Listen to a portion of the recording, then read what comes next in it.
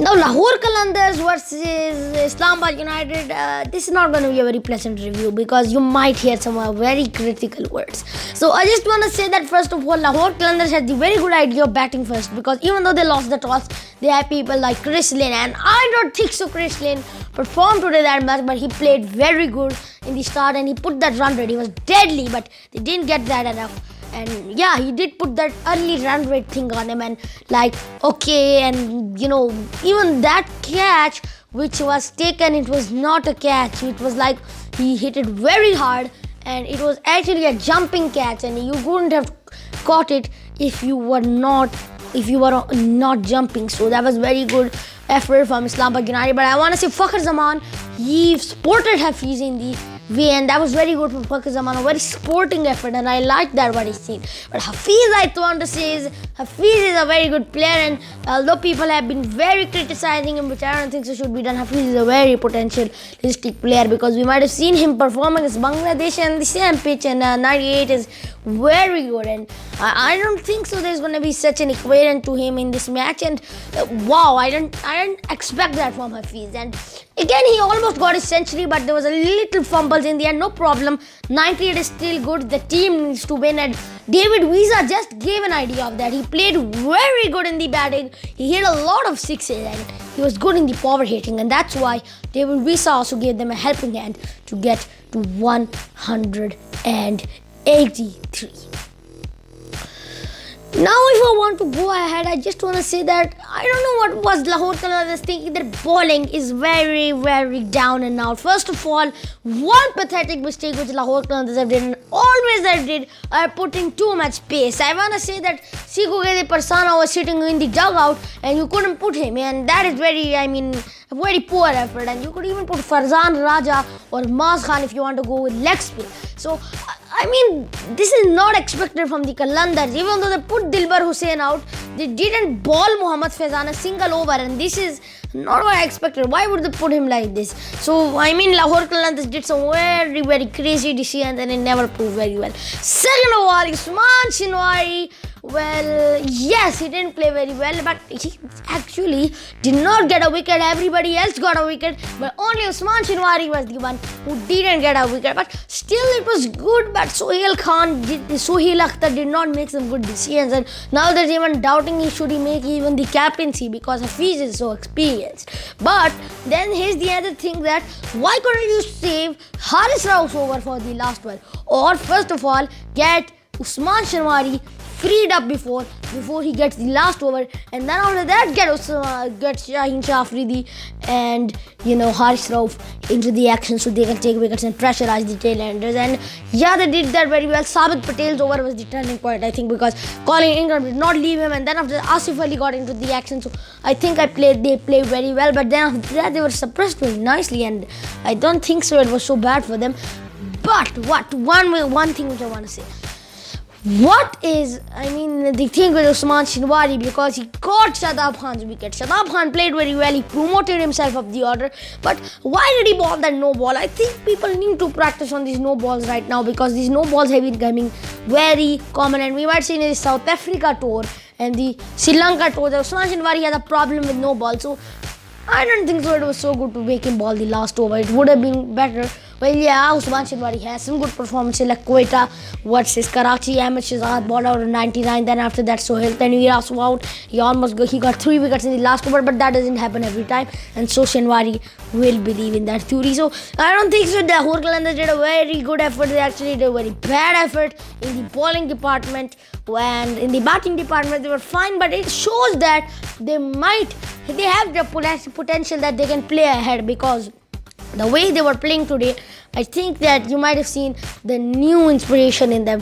But let's see what's going to happen in the next match of the Lahore Qalandars. It's going to happen 3 days later, actually 5-6 days later, and that's not going to be good for them because they're now on the bottom of the table and the net run rate is soaring deep. But I want to say one thing to Muhammad Musa, that from where did he get this performance? And Musa Khan was he's like a tail ender, and then he was playing like a batsman, and that is something which you will not see. But at least I seen one thing good from Lahore Qalandars, that Lahore were not making 130, but Lahore were making 180, but Lahore could not defend 180. So this is some type of tongue twister which you should know, but I think that is the simple summary of what happened, because it was a very twisty match, because there was a wicket going, then a six, then a wicket going, then a six. So it was such a twisted match, but in the end Islamabad came with the victorious. But I think that there were some runs leaked, especially that six which Mohammad Musa hit.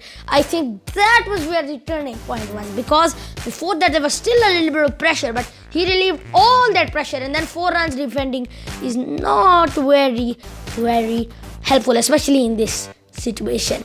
And by the way, it was a very good 10th wicket partnership. Now coming up on the next matches, Multan Sultans have a lot of pressure on them since they lost very badly to Islamabad United, and I don't think so their total was even defended, and that was so bad for them. So that's why now they should go ahead and prepare on their own home ground to face the Peshawar Zalmi. And now the Zalmi have some options over there. They need to consider some options, because their opening has not been good. Tom Banton has been totally a flop this time, and he hasn't been playing, not even been playing a little bit of runs. He hasn't even got a 30 or 20 right now. So Tom Banton needs to work on his batting, and he has been under a lot of pressure, especially from the fast bowlers, the pacey ones, and the pacers have really got him under pressure. So I think the pacers should be brought in the attack early if you want to get Tom Banton out. Second thing, now the other thing is Kamran Akmal says he's got a century. We need a reliable opening partner with him. Who's going to be that opening partner? Because if Tom Banton, for example, is not, really in the form, if he hasn't been playing very well, so who should be the next makeshift to support Kamran Akmal and have a good opening partnership? This is something for Zalmi to have in concern, because they don't have David Malan to open, because now he's gone to Islamabad United. So I think it's gonna be a little problematic for the Peshawar Zalmi. Who are they gonna get as a makeshift opener in case Tom Banton does not play? So they need to take this into consideration. Something I want to say to Multan Sultans is to not to be overconfident, that be too overconfident with the total, and they've been bowling full on the pads every time they bowl. And now here's one thing I want to say to Multan Sultans, that they should promote Zishan Ashraf up the order, because he played very well, he showed his game very well. Can they make him open, because Zishan Ashraf has been opening? They can make him open with James Winsworth. Is that gonna be such a good option, or is it? And yes, there's another thing, Riley Rousseau.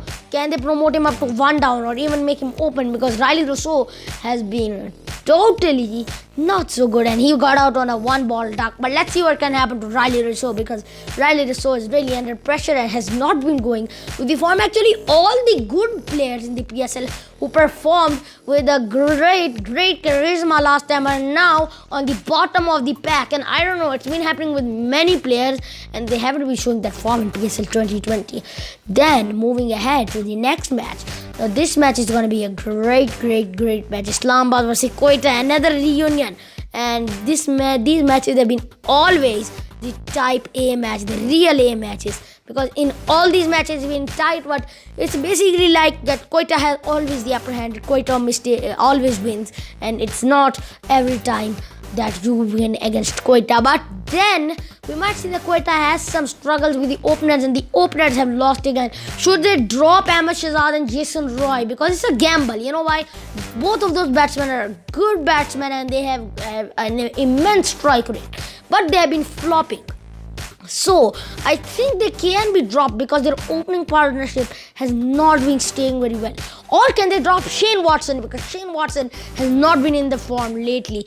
Can they get a new opening partnership even, like Jason Roy and Ahmed Shahzad opening, or Shane Watson and Ahmed Shahzad opening, or even bringing in Azam Khan into the action? They can't even bring Azam Khan, because you might know that Azam Khan is basically an opener. So you have many options over here. You can bring up openers, you can bring a different combination, and everything is depending on their opening combination. Because you know why? Hey, let me just tell you, to be honest, Quetta Gladiators lose 3 wickets at 40 runs, and then after that Azam Khan or Sarfaraz Ahmed saved the day. So that's basically the story of Quetta Gladiators. You should not have that, because sometimes like team with Islamabad who can chase totals above 180 and who has the batting line till Musa Khan, and even Musa Khan get hit. So you better keep your eyes on the clocks for Islamabad United. And by the way, their bowling Islamabad United has not been lately so good, but Shadab Khan has been totally showing his form against the Lahore Qalandars.